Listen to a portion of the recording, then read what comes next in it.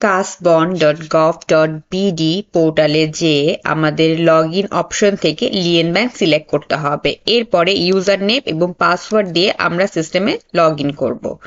সিস্টেমে log in করার পরে আমরা একটা ড্যাশবোর্ড দেখতে পারবো যেখানে টোটাল ভেরিফিকেশন স্ট্যাটাস, ব্যাংকের নাম, ডিস্ট্রিক্ট এবং ব্রাঞ্চ ওয়াইজ দেখা যাবে এবং এখানে যতগুলো অ্যাপ্লিকেশন এই পর্যন্ত এসেছে সেগুলোর লিস্ট দেখতে পাচ্ছি, যেখানে কতগুলো পেন্ডিং, কতগুলো ভেরিফাইড এবং কতগুলো রিজেক্টেড একটা লিস্ট দেখাচ্ছে। এছাড়াও আমরা এখানে সার্চ বার থেকে কাস্টমাইজ সার্চ অপশন পেয়ে যাব। প্রথমে লিয়েন ব্যাংকে কোনো নতুন ব্যাংক অ্যাড করতে গেলে লিয়েন ব্যাংক ম্যানেজমেন্টে ক্লিক করতে হবে। এরপরে ব্যাংক ম্যানেজমেন্টে ক্লিক করার পরে ব্যাংক নেম, ডিস্ট্রিক্ট কোড এবং ব্রাঞ্চ কোড অ্যাড করতে হবে। একটা নতুন ব্যাংক অ্যাড করার জন্য অ্যাড ব্যাংকে যাব এবং এই ব্যাংকের নাম বাংলা, ইংরেজি এবং তার 3 ডিজিটের কোড অ্যাড করে ফেলবো এবং সাবমিট দিলে আমাদের ব্যাংকের যে ডিটেলসটা এটা হয়ে যাবে। এই ব্যাংকের অধীনে যে ডিস্ট্রিক্ট আছে সেই ডিস্ট্রিক্ট অ্যাড করতে গেলে আমরা অ্যাড ডিস্ট্রিক্ট কোডে যাব এবং সেই ক্ষেত্রে ব্যাংকের ডিস্ট্রিক্টটা আমরা সিলেক্ট করে ফেলবো এবং এখানে 2 ডিজিটের যে কোড আছে ব্যাংকে সেটা আমরা দিয়ে দিব, যাকে আমরা এরপরে সাবমিট করে দিব।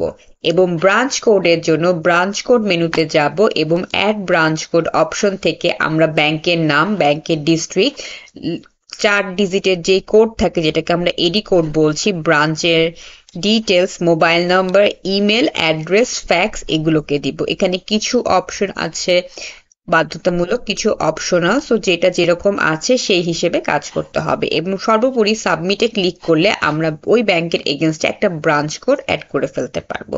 এছাড়াও অ্যাডমিন থেকে রিপোর্টিং দেখা যাবে এবং বিভিন্ন ব্যাংকের নাম, ডিস্ট্রিক্টের নাম, ব্রাঞ্চের নাম থেকে টাইপ অফ ডকুমেন্ট দিয়ে বিভিন্ন রিপোর্ট এখানে জেনারেট করা যাবে এবং সার্চ অপশনে ক্লিক করলে ব্যাংক যা যা করেছে এই পর্যন্ত সেই সব কিছু সুপারভিশন অ্যাডমিন থেকে করা যেতে পারে।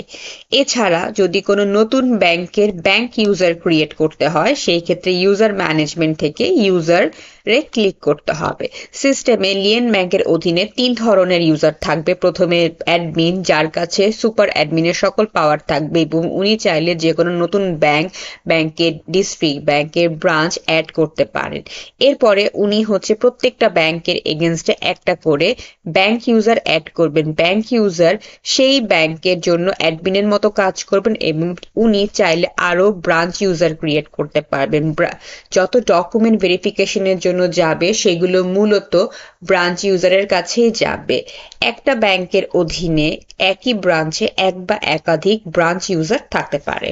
একটা নতুন ব্যাংক ইউজার তৈরি করার জন্য প্লাস অ্যাড ব্যাংক ইউজারে চলে যাব এবং এখানে প্রথমে ব্যাংকের নাম সিলেক্ট করার পরে এরপরে নাম ইংলিশ বাংলাতে দিতে হবে, ফাদার নেম, মাদার নেম এবং বেসিক যে তথ্যগুলো আছে সেগুলো এখানে দিতে হবে। এখানে একটা ফটো আপলোড করতে হবে। এখানে mobile number, email ID, NID number আছে এবং অবশ্যই এগুলো ইউনিক হতে হবে। ডুপ্লিকেট নাম্বার, ইমেল অথবা এনআইডি দিলে সিস্টেম এখানে অ্যালার্ট দিবে।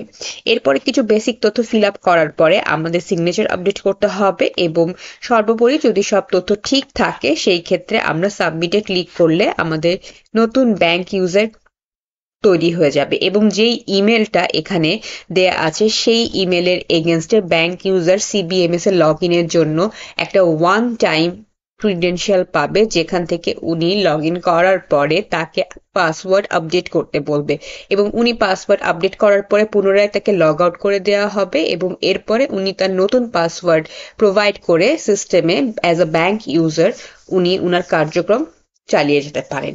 একটা ব্যাংক ইউজার কিভাবে মাল্টিপল ব্রাঞ্চ ইউজার ক্রিয়েট করতে পারে সেটা আমরা এখন দেখব। সিস্টেমে as a branch user log in করার পরে উপরে দেখাবে যে এইটা ব্যাংক ইউজার না ব্রাঞ্চ ইউজারের আইডি। এখানে আমরা একটা ব্যাংক ইউজারের আইডিতে লগ ইন করেছি এবং প্রথমে লিয়েন ব্যাংক ম্যানেজমেন্ট থেকে আমরা রিপোর্টিং এ ওই ব্যাংকের এগেনস্টে যতগুলো ব্রাঞ্চ আছে তাদের এগেনস্টে যা যা কাজ হয়েছে সেগুলো আমরা সারসংক্ষেপ এখানে দেখতে পারবো এবং একই সাথে এখানে বিভিন্ন সার্চ ক্রাইটেরিয়া কাস্টমাইজ করে আমাদের যে রিপোর্ট লাগবে সেই রিপোর্টটা আমরা তৈরি তৈরি করে ফেলতে পারবো।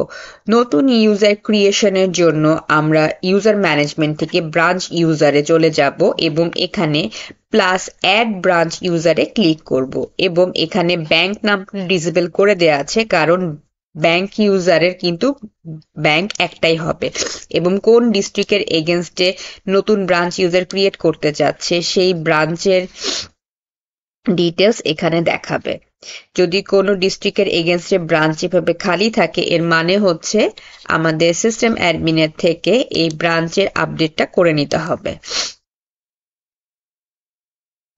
এবং এখান থেকে যেই ইনফরমেশন আমাদের দরকার সেগুলো আমরা দিয়ে ফেলবো। যেমন এইটার বরিশালের এগেনস্টে আমাদের ব্রাঞ্চ আছে, এটাকে আমরা সিলেক্ট করে ফেললাম। এরপরে নাম বাংলা ইংরেজিতে, বাবার নাম মার নাম এবং এখানে আর যে ডিটেলস গুলো আছে একদম একটা ব্যাংক ইউজার যেভাবে ক্রিয়েট করতে হয় ব্রাঞ্চ ইউজার হুবহু সেম উপায়ে ক্রিয়েট করা যাবে।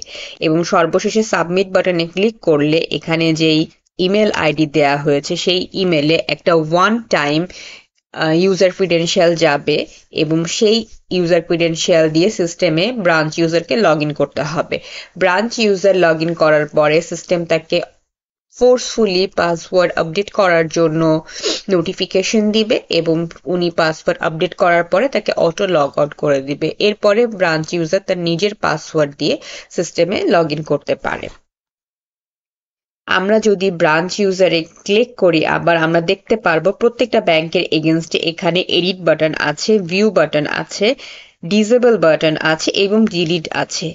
ব্যাংক ইউজার চাইলে যে কোনো পার্টিকুলার ব্রাঞ্চ ইউজারকে ডিলিট করতে পারে, আইডি ডিসেবল করতে পারে, ওনার ইনফরমেশনগুলো ভিউ করতে পারে এবং এডিটও করতে পারে।